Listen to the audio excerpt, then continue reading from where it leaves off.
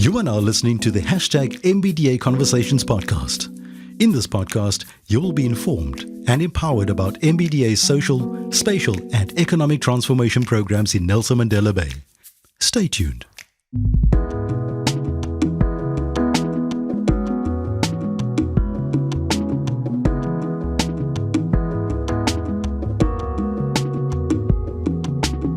Hello and welcome to MBDA Conversations podcast. Thank you for tuning in. I'm your season's host, Olwam Mwazi. Follow us on social media pages, and to be part of this conversation, send us your voice note on WhatsApp. The number is 072-423-0271. Joining us in studio today is MBDA's Creative and Cultural Industry Project Manager, Mr. Oyama Vanto. Welcome, sir. Hello, everyone. With him, he has the founder of Langton Tours, Mr. Lungelo Ngabaza. And welcome, sir. Yeah, thank you for Bulela call. Morning to the listeners as well. Good to meet faces that I am familiar with. The gentlemen are here to talk about the New Brighton economic development, and they're going to share a little bit more of the work that they have been doing. And I want you guys to just talk maybe a minute or so. I'll start with you, Mr. Lungelo. Okay, my name is Lungelo Ngabaza, born and bred around the location. Okay, about 54 years back from a family of 11. It's been a home away from home. I've been in some areas and part in this country, but it's always been home. It's been close to my heart. New Brighton is a place, and I still live there. I'm glad to have been requested to come and speak about it today. And thank you for your invite. Thank you very much. Oyama, tell us more about yourself and your work that you do. Okay, cool. My name is Oyama Vanto. I'm a project manager at the MBDA. I work in the space of arts, culture, and heritage. I'm a father of 4. I'm a husband. My family moved from Tsomo. We moved from Tsomo to a Soweto Sea. From Soweto Sea, we landed up in Motherwell. But I still have a lot of love for the area of New Brighton for the reason in that I come from the space of arts. So for me, that area has been a melting pot for arts, culture, and the heritage. Great. New Brighton is one of the oldest, in fact, it's the oldest township in Gqeberha. It has an overwhelming history in politics, sports, theatre, and jazz. And, it's a very lively community. Please tell us more about what you know and perhaps your love for the community. Okay, New Brighton is a version that's recorded in most of the books. Is built in 1902. Okay, this is related to the Second World War, which happened in 1899. And when it ended in 1901, there was a plague that was running out in Gqeberha. But unfortunately, the plague was only for black people, but I'm not going to go there.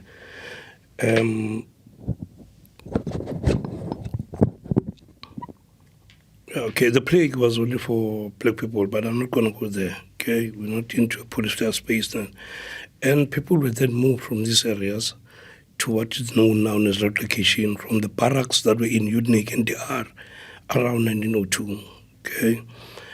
From there, since the New Brighton grew, but most of the growth is through the Urban Areas Act of 1923, when people were allowed to come to the town, to the city, but not lived in the city. So lots of places were built as hostels, places like Booth Village, White Location, Anjoli hostels, but later on they happened to be family quarters. The area has been very vibrant. I don't want to lie about that, because as we grew up in sport, there was a lot of jazz. There was not much of visual art, I have to say that. There were few people who were maybe just painting walls of the shops and other things, but it was not much. But there was a lot of jazz, a lot of singing, a lot of drama, performing arts, all those kind of things. It was a safe area. Very much involved in struggle after the 1985, where they said there must be an uncovered elite. I must say, the area on its own, it has a history that has not been touched and not been told yet. I hope people who have an interest in it can take it and go forward. Thank you so much. I really feel like I'm listening to a history book or really at a museum by just listening to you. And I really think you should be preserved for the next generation as well. But I want to hear Oyama's view. I'm not sure he has a more contemporary perspective on New Brighton. Maybe I think I should start with my introduction into the culture of the area. I met a musician from New Brighton, Ubongani Tulwana, who introduced me to Mamunomhle. That's where all the history about the place and the culture and the jazz and the music and the theater, I learned a lot from. And I think that for me was then reinforced by my work at the MBDA, where our first, in fact, my project I was working on with a colleague of mine in the Singapore area. And our presence in that work was a link and a corridor in the Singapore area which leads to the museum, which is linked to the railway station. But I want you gentlemen to also tell me about where is New Brighton going? What is the vision? What is the vision that you have for New Brighton, perhaps with the work that you already do? Sure.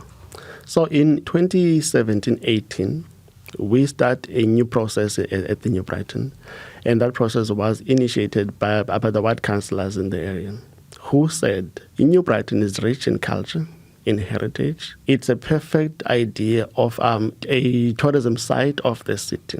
So initially, in their thoughts, they looked at the area in Soweto, Vilakazi.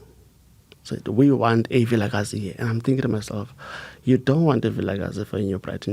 You want in New Brighton is at a stage where I feel it's even more than a Vilakazi street. New Brighton's got such a rich history in politics, in sports, in culture, in environment.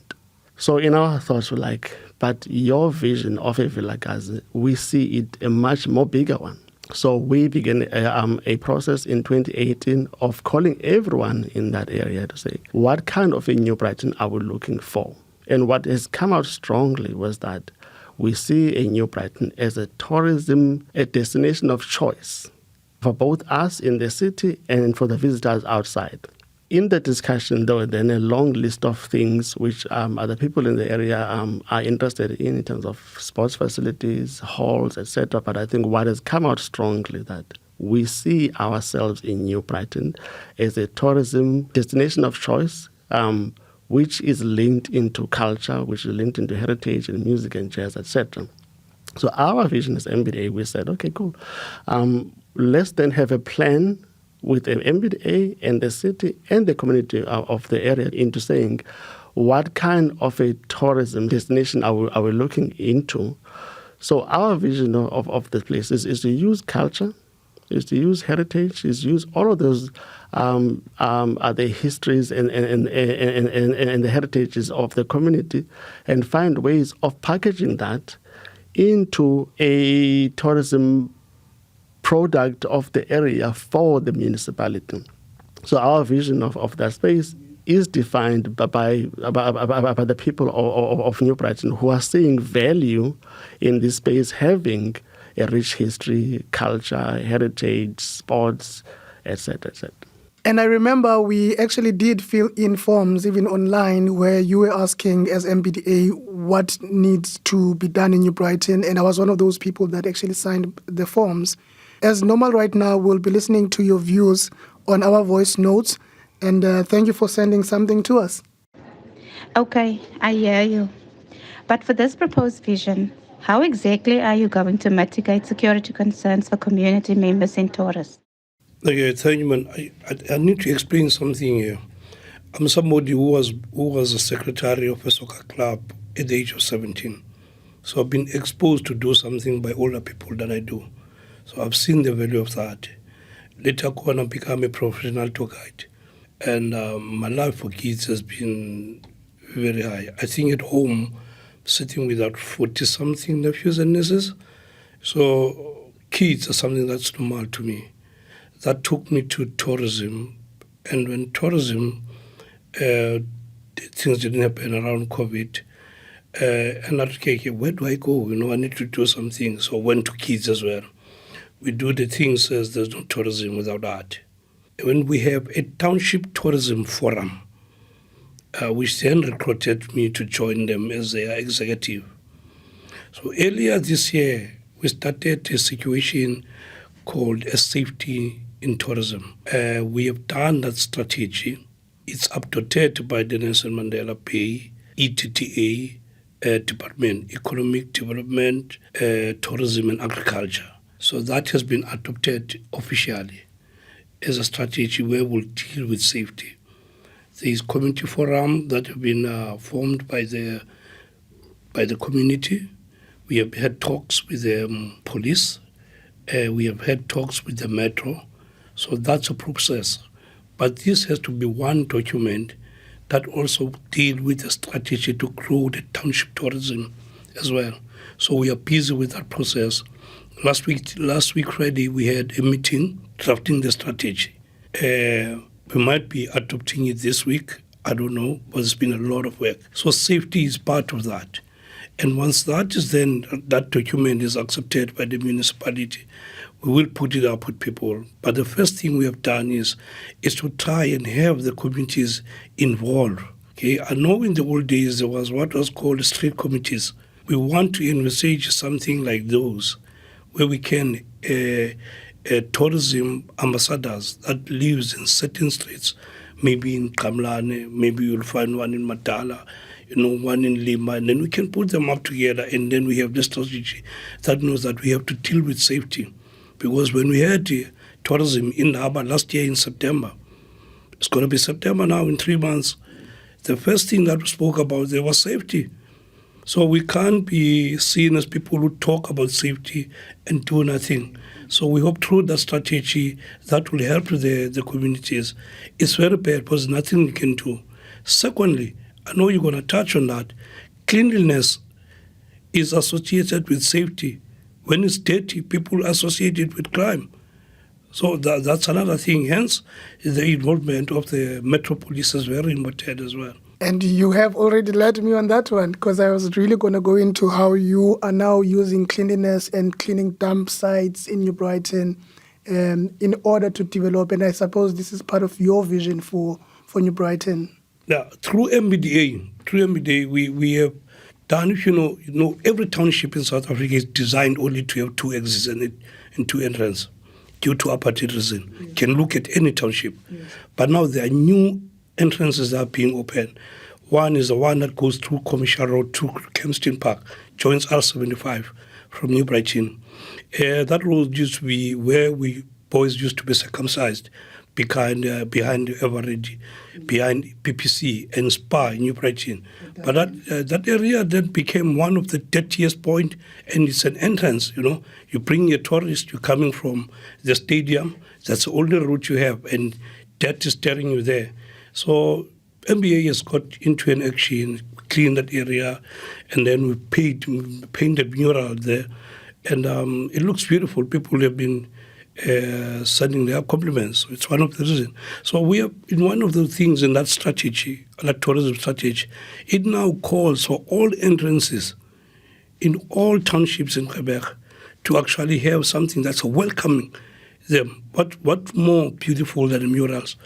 We've been calling for the plantation of spekboom, behind MBDA Hospital to keep the place healthy, So those are the things that we have tried to work with MBDA. We're hoping with the Nelson Mandela Bay that can join us and we can move that vision forward to all the entrances of the townships and around the Gqeberha area.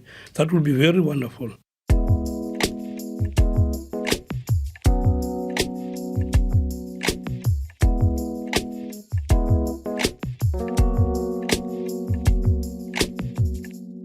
It's interesting that you mentioned looking at New Brighton from the sky, you can see that in New Brighton there's this string of firms starting from Continental all the way to Dilparty, all the way to Macman.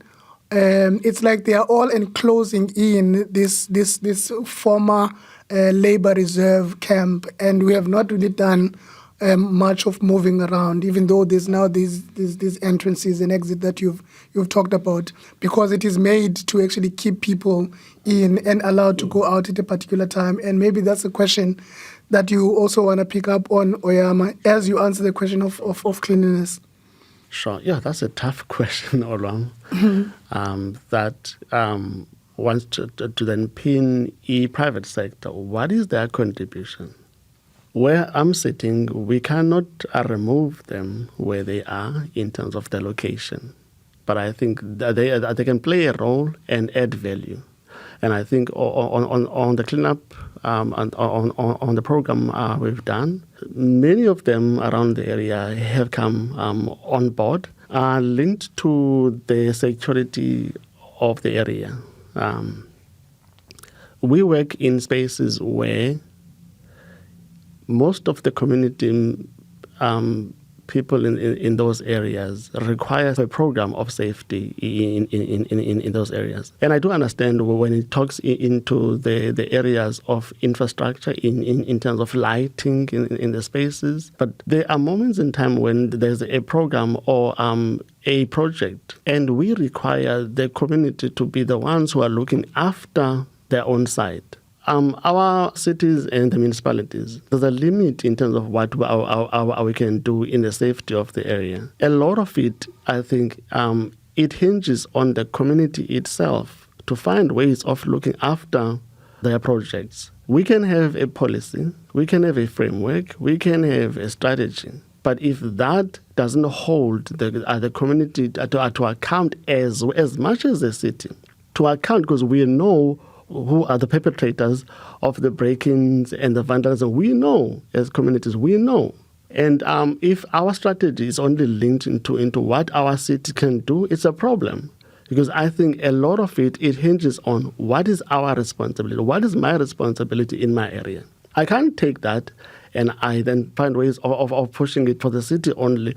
I have a responsibility in my area that if I see anything happening in my space, I must speak up. But a lot of the policies and the framework and the structures, a majority of them are linked into what we as people on the ground are expecting from our city officials.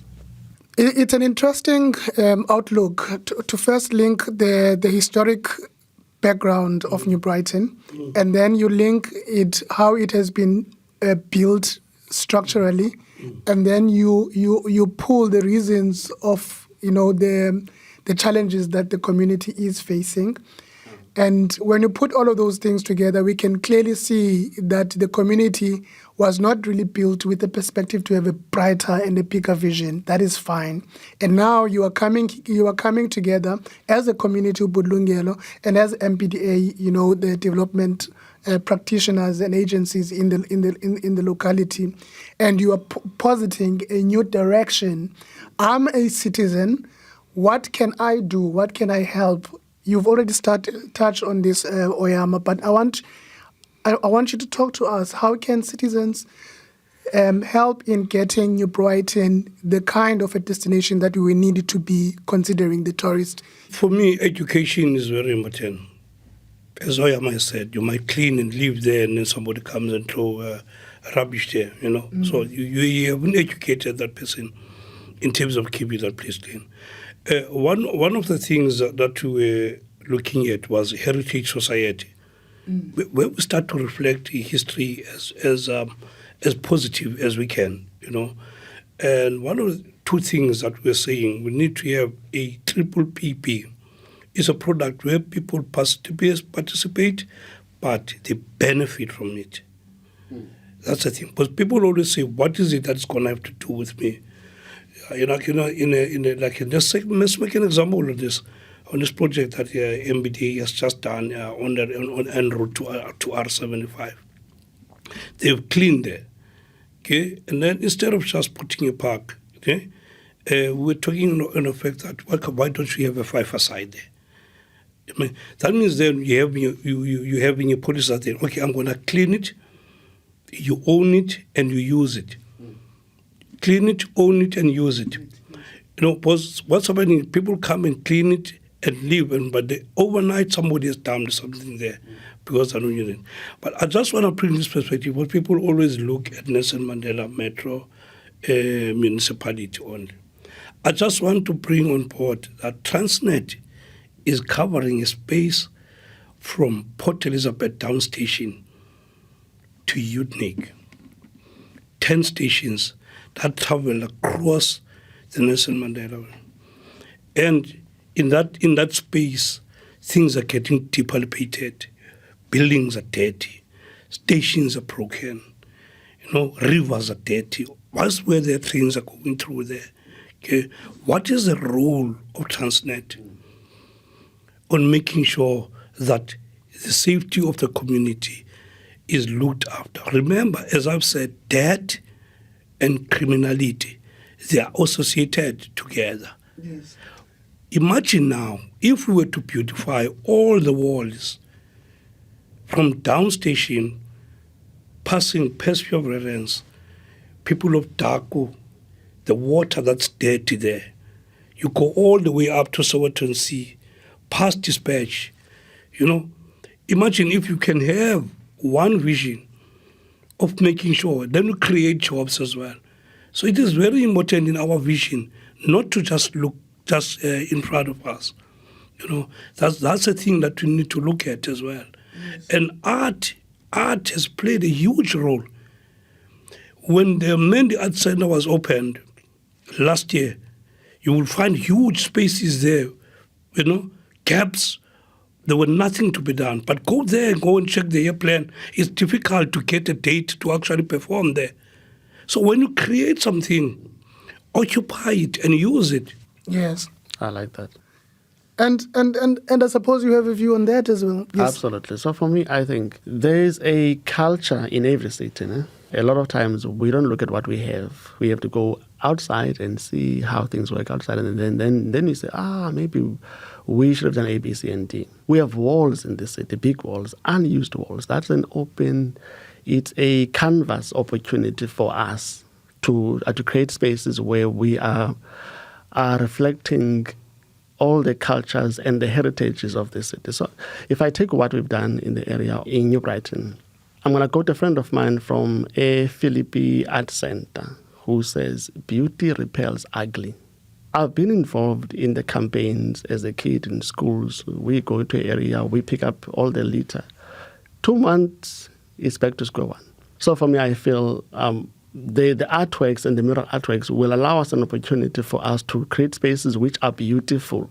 It makes it very difficult for somebody to go in a space that is beautiful to go throw in litter. So our start of the campaign included in mural artwork, and there's one mural artwork we did in the central area, even here in town, in the inner city, where it was a dumping area as well.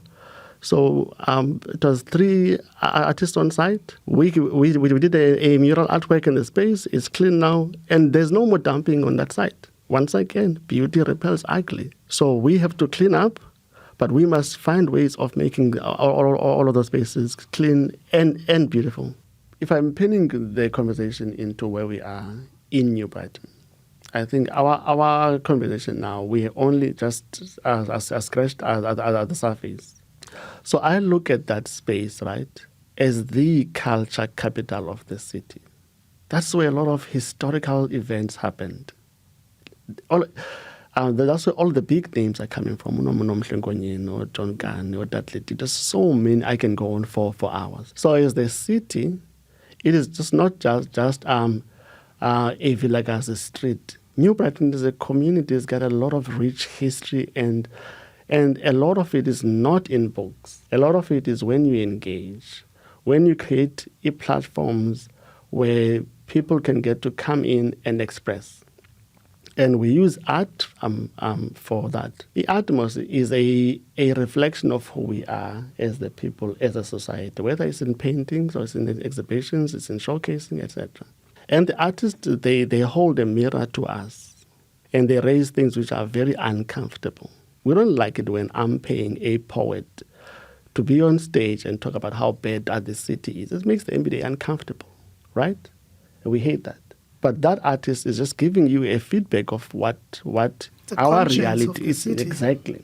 So in New Brighton, I get to then use art a lot in that space because it is a reflection of who we are as the people.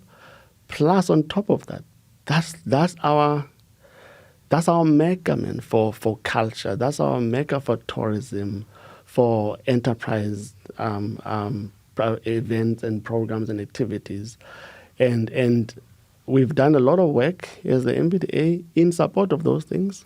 And I think for the most part, for us as the MBDA, because that area is very active, there's a lot of entities that are placed there that are doing excellent work. And the only thing we have to do, if we do this, the only thing we have to do is to find ways of supporting what already exists. In New Brighton, it's already there. There's heritage organizations, there's entities which are moving in arts and creative space. It's already there. All you have to do is to create a space and a platform for all of those entities to then find ways of meeting. And for me, I think I'm going to be very controversial on this one. There's always a term that is used, inner city tour and a township tour. I see tourism as tourism, irrespective of where it is. We didn't land where we are because of our choice. We were forced there. That's one. And when we treat these places not the same, it bothers me because the investment the city makes when it comes to inner city tours and the investment made in township is not the same. And that's fact. When we are defining a township route, it's not the same as when we're defining an inner city route, and the investments are never the same. So I wanted I still want that our tourism route in New Brighton, right, becomes the tourism route of the city. So that it's not a New Brighton thing, a Motherwell thing, a unique thing. It's a city thing. New Brighton is a culture hub for the city. John Kani comes from there, for crying out loud. Like that's where I think an investment by the city should then go, because that's where tourism can be driven. Obviously, it triggers a lot of things, the safety, the security. But if we're working in partnership with the communities, we can achieve those things. It's just that when we go there with with our glass half full. We need to empty. New Brighton will humble you. New Brighton always humbles me. I don't go there with the glass half. I go there empty, because the knowledge is already there. They come from there. They teach me about this is the history of the space. So you must go there with your glass empty and be able to then, as an official, learn. The people of that area have done all of the work for you. They've done their researches for you. They've done the analysis for you. They know exactly what's happening.